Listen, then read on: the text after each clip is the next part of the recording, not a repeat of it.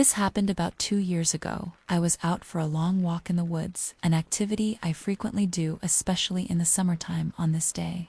I'd set out early. The route I typically take is in a large woodland with many different paths that take you deeper and deeper, and this time, specifically, I decided to make a bit of a change to my usual routine. I decided to walk down a bank in order to walk alongside a river. You could catch glimpses of it if you were higher up on the path, but for the most part you could really only hear it. It was also much more remote when compared to the other paths. I had been out for 3 hours at this point. I had a book, food and drink, and a first aid kit in my bag. I'd walked far and kept walking, exploring the area. However, I couldn't help but feel uncomfortable. I tried to ignore it, but it was intense. I'm usually one for the queen outdoors in nature, but this feeling I had kept making me look behind me, to the point where I was no longer relaxed. As I got deeper into the woods, the loneliness became unnerving. I figured I was just scaring myself and trying not to play into it. That's when a cloaked figure with gloves on ran out in front of me.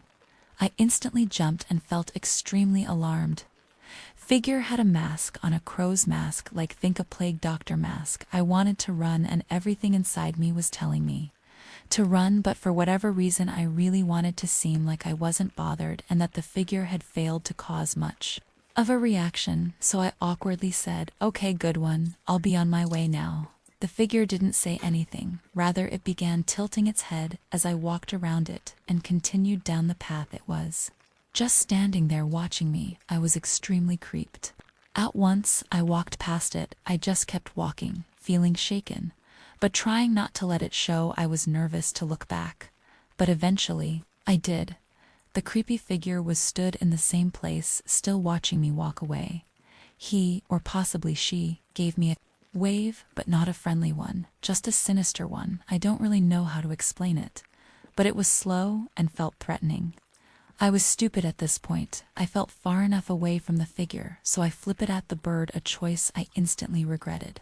The figure went from standing and waving to a full-on unhinged run in my direction. I, at this point, didn't stick around and lagged it out of there. The figure was making intense, loud, and almost demonic noises as it chased me. I honestly thought I was going to die, but it all came to an end when I managed to outrun this freak and made it up onto an open footpath, where I was reunited with joggers and dog walkers. I was stuck in this nervous state, but still so beyond happy to see other people. I tried to make as many of them aware as I could, and the whole situation was ultimately reported. I got home safely by catching a bus into town. They were rare on that side of the county, but I managed, thankfully. I felt lucky, yet really detached and uncomfortable. The area was investigated by police, but it was so deep in the woods, I don't know how much they covered as of yet. Nothing has been reported since, and nobody nor anything has been found. I now avoid that area and don't plan on going too far off the beaten track on me on. Again, I still think about this experience. It's still vivid in my mind and absolutely terrifying to me.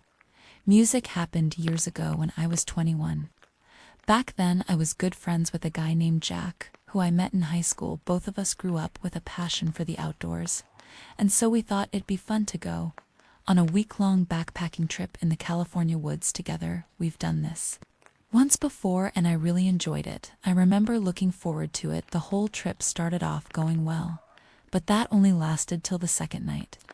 It was just starting to get dark, and Jack and I were setting up our tents for the night, when we began to hear the distant sound of leaves crunching under multiple pairs of footsteps.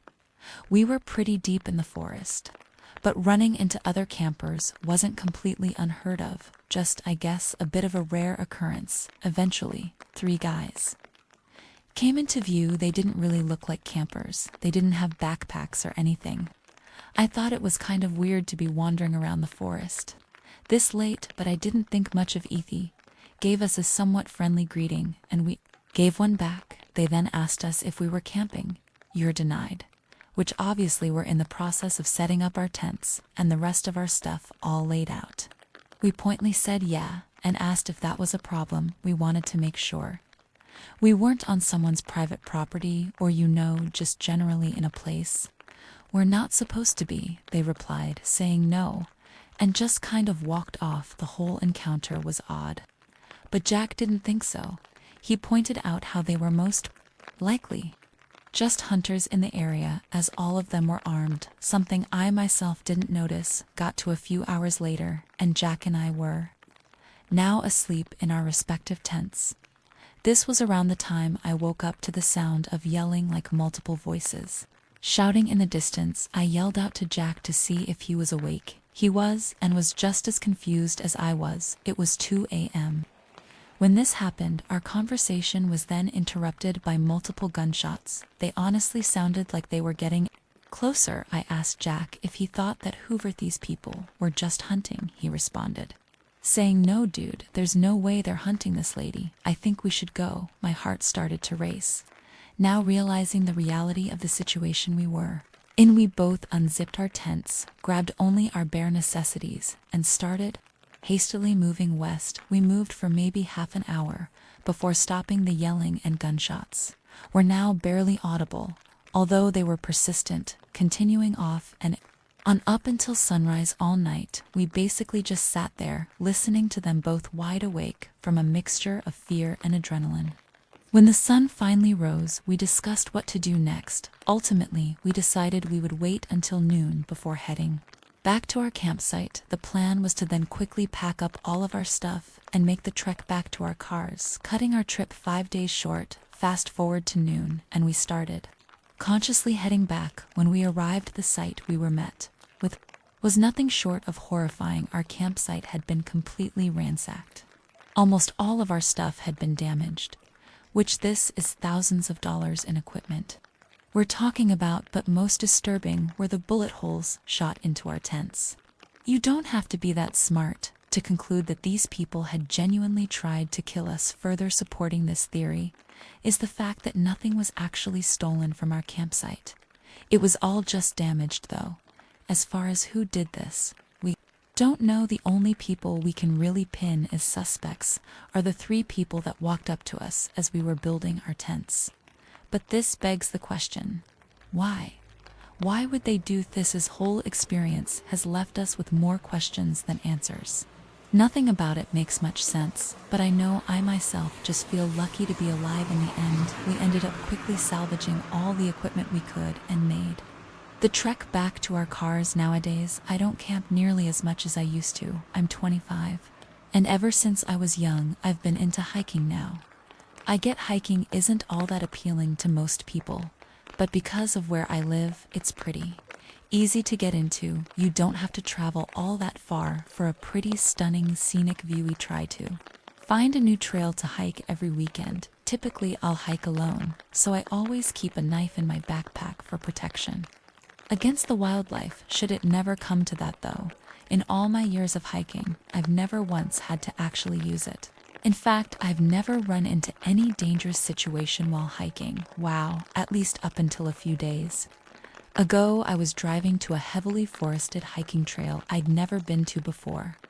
Now I hike in the afternoon, and this happened around the time of year where the days were starting to get shorter. In other words, the sun was setting earlier and earlier each day. This was a key detail that I had completely forgotten about prior to leaving. Only after I started driving to the place did I realize it would be completely dark outside before I would even be able to finish my hike. A decision I still regret making is deciding to do the hike anyway.